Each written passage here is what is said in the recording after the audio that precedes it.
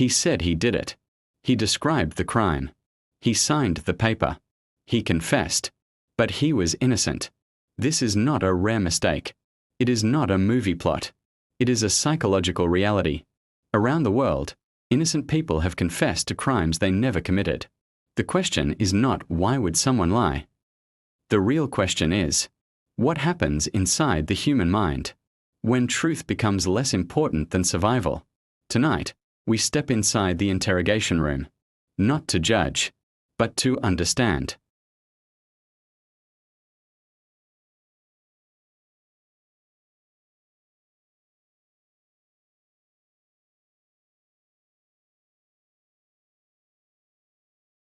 Time inside an interrogation room is different.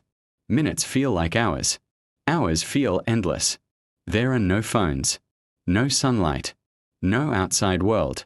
Sleep deprivation may begin subtly. Just one more question. Just clarify one more detail. Fatigue weakens the prefrontal cortex, the part of the brain responsible for reasoning. As reasoning declines, emotional responses increase. The person becomes more suggestible, more compliant, more desperate. When exhaustion meets pressure, the mind searches for escape. Confession can look like escape, even if it is false.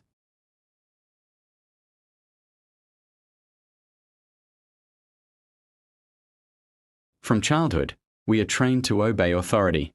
Parents, teachers, police officers. Authority represents power, structure, and consequence.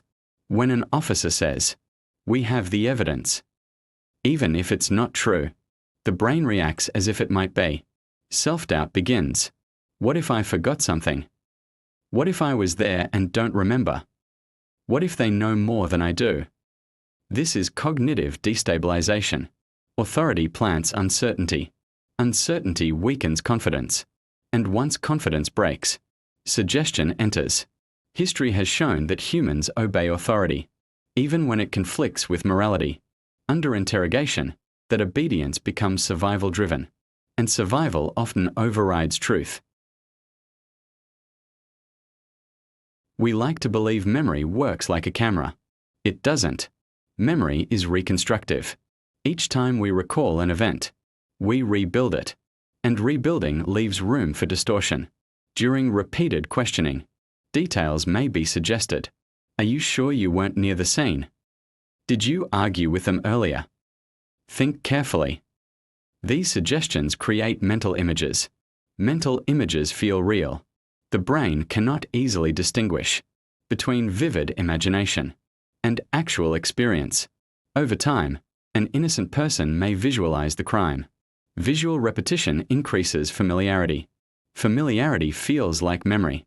This is called memory contamination, and it can lead to something terrifying: internalized false confession, where the innocent person begins to believe they might have done it. Interrogation is strategic. There is often a pattern. Step 1, isolation. Step 2, accusation. Step 3, minimization. Minimization is powerful. Investigators may say, anyone in your situation would have done the same. It was an accident, right? This reduces perceived severity. It makes confession feel less catastrophic. Then comes maximization. If you don't cooperate, things will get worse. Judges don't like liars. The suspect feels trapped between two futures: confess and maybe receive understanding, deny and face severe consequences. When options are framed like that, confession begins to feel rational, even if it is false.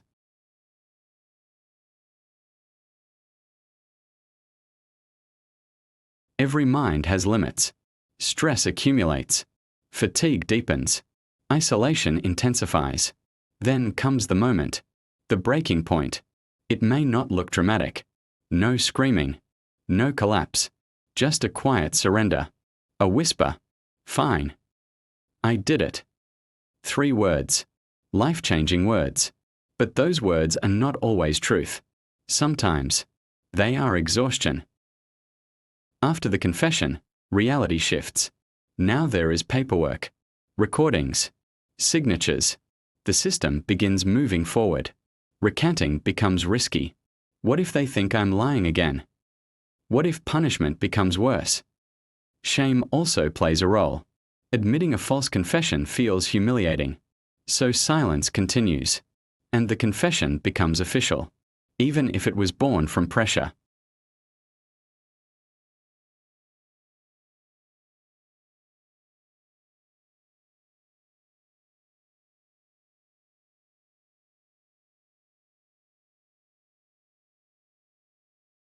Psychologists categorize false confessions into 3 types. First, voluntary, given without pressure, often linked to attention-seeking or psychological instability. Second, compliant, given to escape interrogation pressure. The person knows they are innocent, but confesses for immediate relief. Third, internalized, the most disturbing type. Here, the innocent person begins to believe they may have committed the crime. Memory distortion, suggestion, and authority combine to rewrite self-perception. The mind edits itself. Truth becomes uncertain. Identity becomes fragile.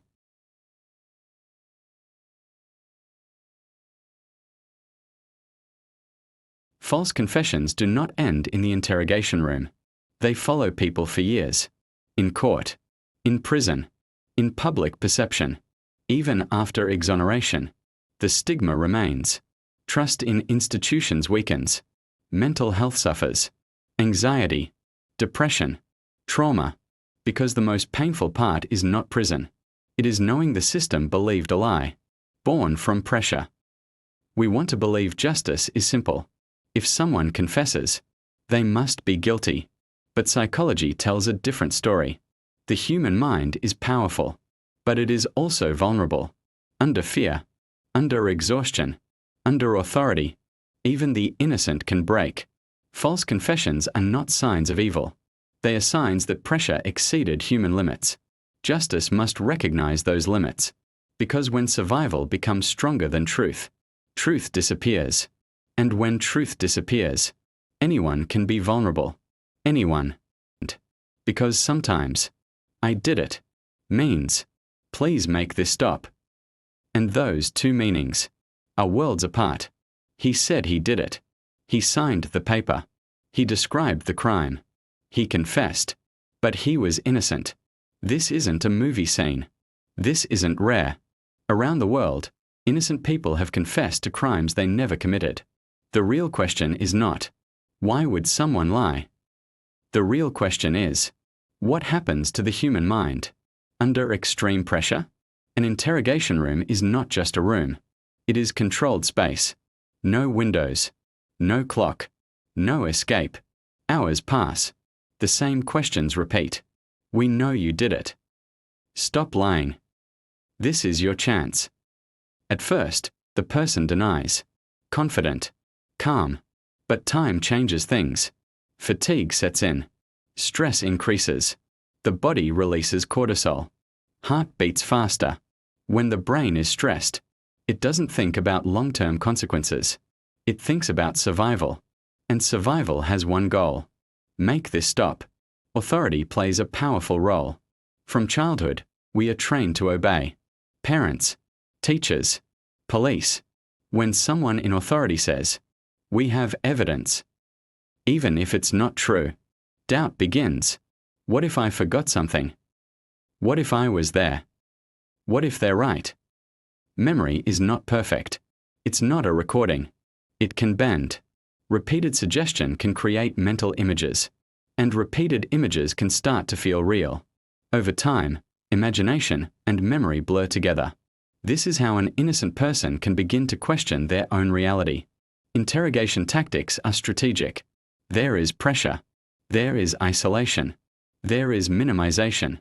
Maybe it was an accident. Anyone would have done the same. If you confess, this will go easier for you. Confession starts to feel like control, like relief, like the fastest way out. And when someone is exhausted, relief becomes more important than truth. There is always a breaking point. It may not look dramatic. No shouting, no tears, just quiet surrender. A tired voice saying, Fine. I did it. 3 words. Life-changing words. But sometimes, those words are not truth. They are exhaustion. They are fear. They are survival. And once the confession is made, everything changes. Investigators focus on confirming guilt. Courts hear the admission. Society assumes the case is solved. The system trusts the confession more than the psychology behind it. And that is where the real danger lies. Because a confession is powerful. But pressure is powerful too. False confessions are not about stupidity. They are not about weakness. They are about human limits. No mind is unbreakable. Given enough stress, enough isolation, enough authority, anyone can reach a breaking point. Justice depends on understanding this. Because if we believe that every confession equals guilt, we ignore the science of the human mind. We ignore stress. We ignore fear. We ignore biology. And when we ignore those things, truth becomes fragile. The next time you hear a confession, don't just ask what was said. Ask how it was obtained. Because sometimes, I did it, doesn't mean guilt. Sometimes, it means given without pressure, often linked to attention-seeking or psychological instability. Second, compliant, given to escape interrogation pressure. The person knows they are innocent, but confesses for immediate relief. Third, internalized, the most disturbing type. Here, the innocent person begins to believe they may have committed the crime. The system begins moving forward. Recanting becomes risky. What if they think I'm lying again? What if punishment becomes worse? Shame also plays a role. Admitting a false confession feels humiliating. So silence continues. And the confession becomes official, even if it was born from pressure.